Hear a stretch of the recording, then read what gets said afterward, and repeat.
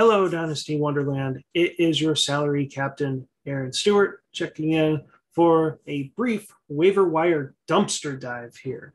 Yeah, I could give you all the obvious names, all the names that all the sites are already telling you to add onto your teams. But guess what? Look, if you've been following my wide receiver cornerback article matchup that's weekly on Player Profiler, it goes live every Saturday. I'm already telling you, I'm giving you the players that are the waiver wire ads the following week. This past week, Darnell Mooney, I had him as one of my start recommendations.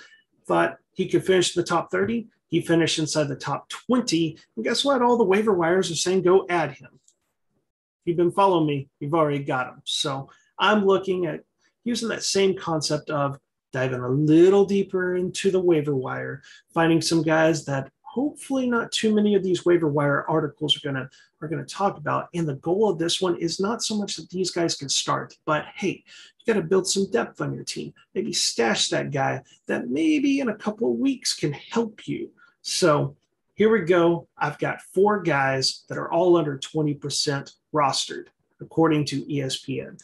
First one I'm going to start with, this is one that actually may get some mentions in some articles here. That's Mr. Van Jefferson. And it's funny I should mention him because last week when I brought you this, I talked about Van Jefferson. I said, look, he's on the Rams. He's on a good offense. He's playing a lot. Currently right now, his snap share pending week 4, but it's over 80%. That's in the top 40. He's out there playing. His average target distance, 14.8, number 15. He's got a solidified role, and it led to 6 catches, 90 yards, a touchdown on 6 targets. It's not the target share that we desire, but if anything were to happen to Cooper Kupp, Van Jefferson has been the next most fantasy relevant receiver. It has been Robert Woods, not consistently. He's been extremely frustrating. Van Jefferson, he's worth adding if he manages to slip through with waiver wires. People chase last week's production.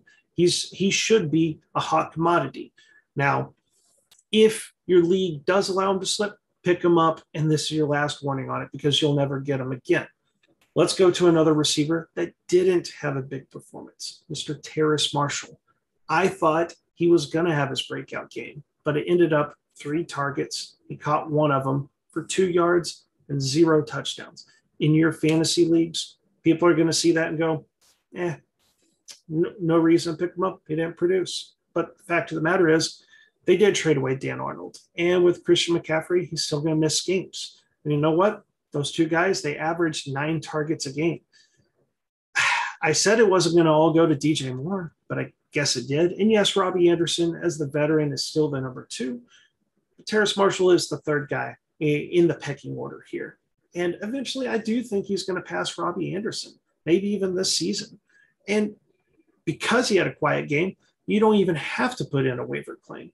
You can go, oh, look, like I got my waiver claims. If you have rolling waiver wire system where maybe you want to be strategic with where you use your waiver claims, don't put in a waiver claim. Pick up this guy.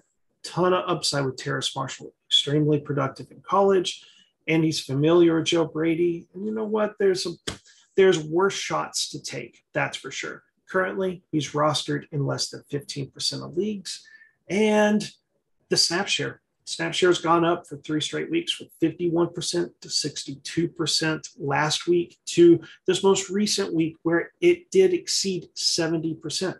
Snap share is going up. Opportunities will follow. Then productivity will follow. Get this guy while he's free. I don't even think you have to put in a waiver claim because of that horrible performance. But man, if you're hurting a receiver, put him on the end of your bench. Now, we're going to shift to what people really want to hear about. It's running backs, good old running backs. Here's one. He hasn't done anything at all this season because he's been injured. It's Jeff Wilson. He had the meniscus surgery. He was put on PUP before the season started, which means he's going to miss the first 6 weeks. So far in 4 games this season, no running back in San Francisco has been able to claim that starting running back role, like that full-on workhorse role.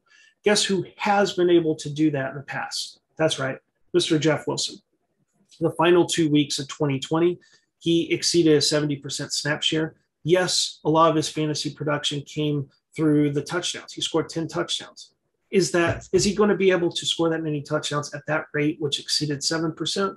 Probably not. But he's proven that he could be the guy. They've fed him 20 plus targets, multiple games. That's something Elijah Mitchell hasn't been able to do. He had the one big game in week one and then kind of already fell apart. Like those small running backs, that's the risk with them.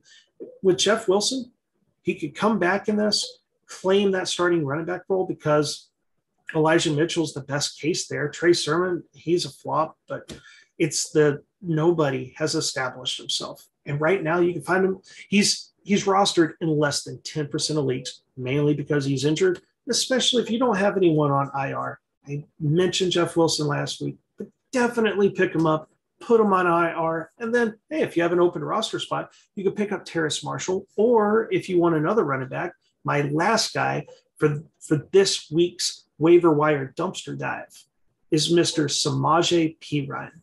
Joe Mixon left the game, hobbled a little bit with an ankle injury. Now his head coach, Zach Taylor, said, oh, yeah, it's day to day. Okay. Adam Schefter says week to week. Where's the truth? It probably lies in the middle.